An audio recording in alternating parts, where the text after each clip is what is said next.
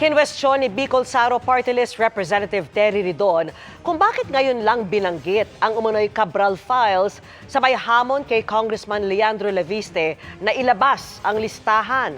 Gate ni Leviste, lehitimo ito at maaring may iba pang may kopya. Nakatutok si Mav Gonzalez. May mga tanong si Bicol Saro Party List Representative Terry Ridon sa kapwa-kongresistang si Batangas 1st District Representative Leandro Leviste. Kung Setyembre pa raw hawak ni Leviste ang binansagang Cabral Files, bakit raw hindi niya ito agad isinapubliko? How can we actually rely on the say-so of Congressman Leviste when the person who should actually authenticate it is already dead? If he wanted to do a disclosure, it should be a full disclosure of everyone. Sa paglalahad ni Leviste kahapon, sinabi niyang ang Cabral Files ay listahan ni yumaong dating DPWH Undersecretary Maria Catalina Cabral. Laman daw nito ang pangalan ng mga mambabatas na may bilyong-bilyong pisong halaga ng insertion sa 2025 national budget.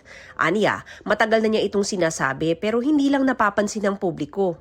Nasabi ko nga din sa ibang mga interview na dapat si Yusek Cabral ang maging state witness dahil siya ang may pinakamaraming alam sa buong DPWH tungkol sa mga budget insertions.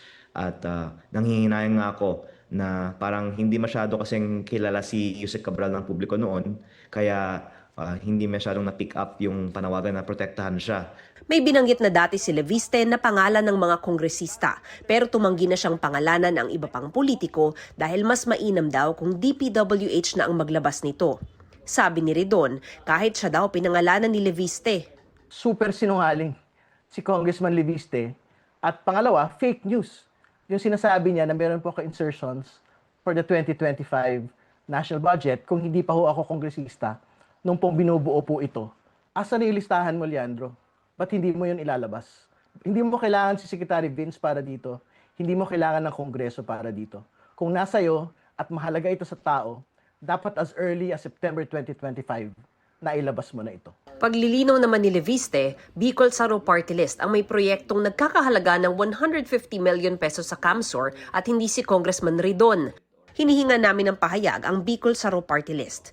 Giit naman ni Leviste, lehitimo ang listahang nakuha niya mula kay Cabral. 110% po tunay ang files na nakuha ko sa DPWH. Hindi ko naman masasabi kung tama lahat ng mga input ng staff ni Yusek Cabral sa files na ito. Okay. Pero tingin ko nga marami pang mga staff sa DPWH may hawak ng files na ito. Kasi ang mga files ay inging code ng hindi lang isang staff. Ibinigay daw sa kanya ni Cabral ang listahan noong September 4 matapos i-otorisa ni Public Works Secretary Vince Dizon.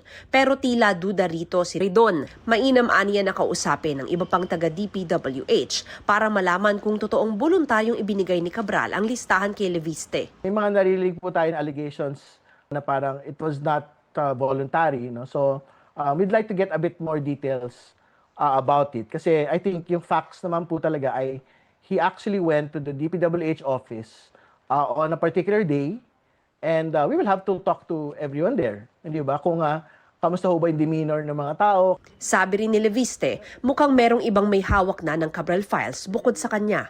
Kagabi raw, may tumawag sa kanya na may alam tungkol dito. Parang partial lang naman daw ang hawak niya.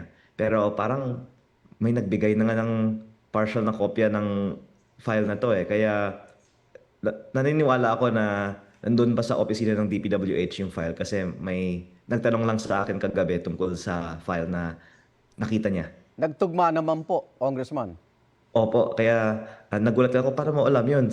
Kaya talagang nakita niya yung parehong file ko. Para sa GMA Integrated News, Mav Gonzalez, nakatutok, 24 oras.